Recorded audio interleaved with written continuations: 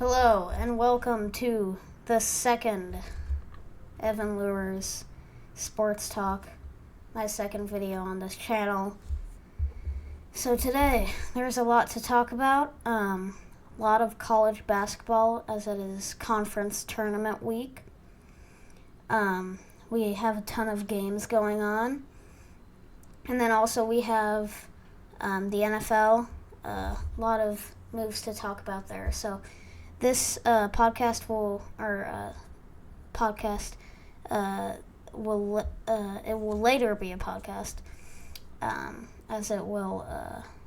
Our next videos will be with other people. We'll be talking about sports, but as of now, it's just me.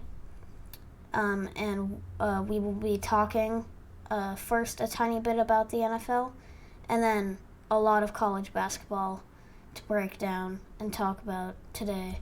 SDSU pre-game for the conference Mountain West Conference tournament against Utah State. So, as you can see, I am a Vikings fan. As you can see, I am a Padres fan, an Aztecs fan. So let's just talk about some of the NFL moves, starting with what the Vikings did, and it all starts with Kirk Cousins. What was going to happen there? Where was he going to go? Was he going to stay? Was he going to go? What was going to happen? Unfortunately, for some Vikings fans that wanted to keep Kirk Cousins until he was 40,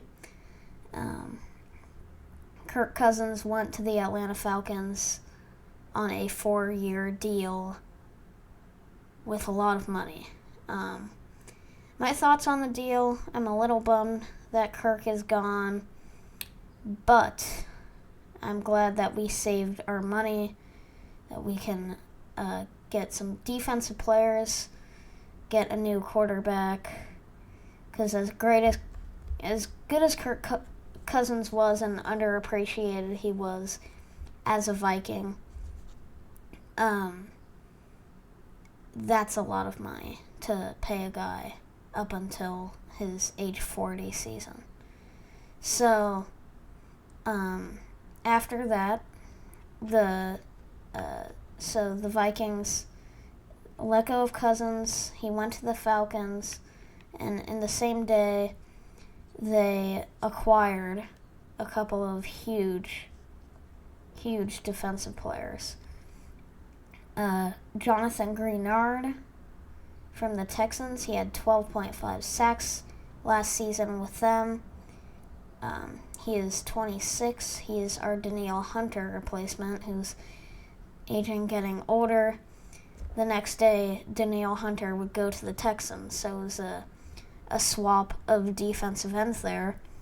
And honestly, I feel like we got the better deal, considering that it was just 3 less sacks. Jonathan Greenard is a younger guy, and he has not been in the Brian Flores blitz system yet. We also got Andrew Van Ginkel and Blake Cashman, 2 really nice linebackers, to replace some free agents that left, like Marcus Davenport and Jordan Hicks. So, then we got Sam Darnold. I wanted Justin Fields, but it would have been hard to, pay him next year. So, I'm kind of glad that we got someone else. And it's looking like it's going to be J.J. McCarthy. Now, I'm going to be doing a mock draft on this channel pretty soon. Not too high on J.J. McCarthy. But I will say that he does have potential to be a good quarterback.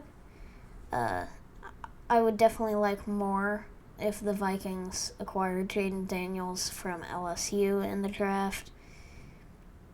They did make a move for a first-round pick from the Texans, So we'll see what happens. They have the 11th pick.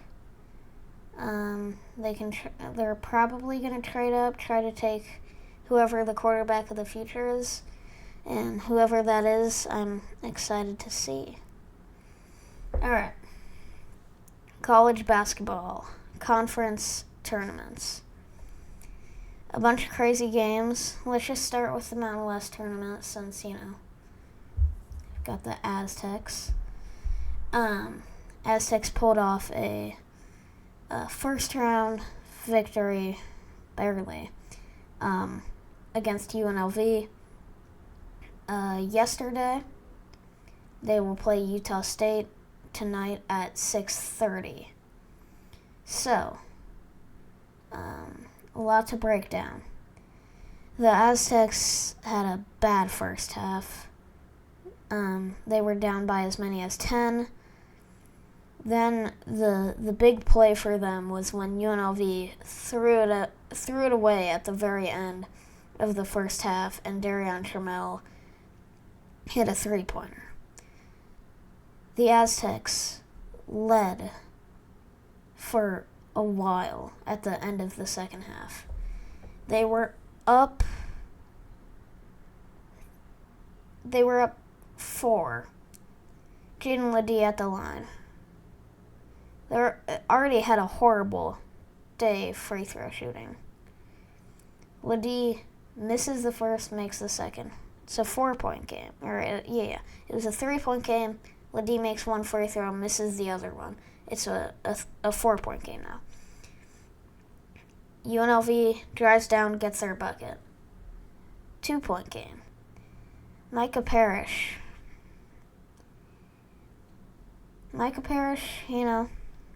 he's a nice Aztecs player. He started off the year great. He's really struggled since then, and he missed both free throws. UNLV got the ball back, tied it up, so we go to overtime. The Aztecs were down twice in overtime, came back. They were up 72-71 on a huge Jaden Ledee shot. Got the ball back on a defensive stand. Ledee gets fouled again. 2 clutch free throws. And then there was that weird play at the end where UNLV had a chance to tie, and the pass went weird, and then no one wanted to foul Thomas, so he basically got a free lane for about a 30-foot three-pointer, and he left it just short, so the Aztecs barely move on.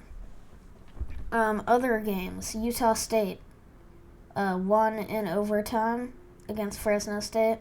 That's the second time that they've had to go to overtime with the Bulldogs. I know with the Aztecs, the problem with us of those, not very good Mountain West teams was San Jose State. Looks like Utah State has the same problem with Fresno State.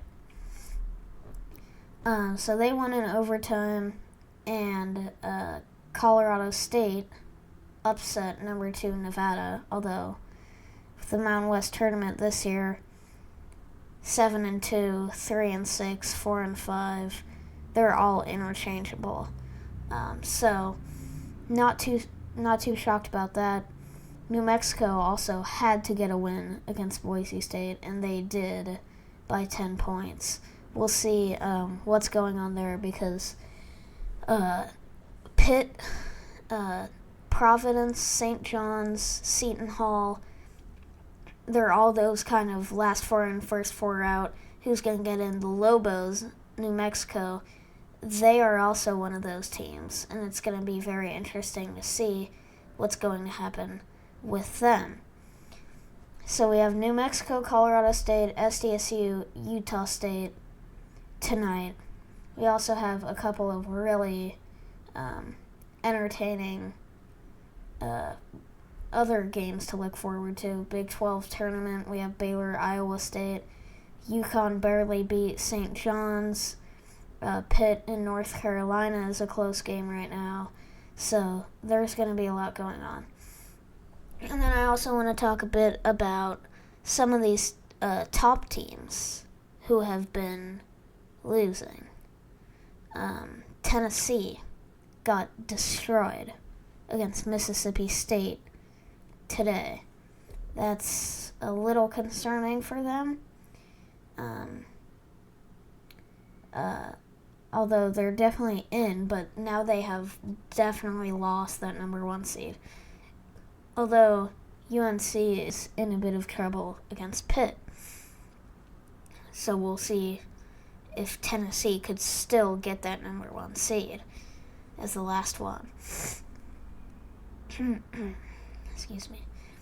And then we have Duke lost to NC State in the first round the first game that they played in the ACC tournament. So that's a little concerning to Duke. They got knocked down to 4. So a lot going on. Big 10 tournament is underway, Big 12 tournament, Big East tournament, the ACC tournament, the Mountain West tournament. All of the big tournaments are on. It is conference tournament week, and it is one of the best times of the year leading up to March Madness. Who will be in, who will be out.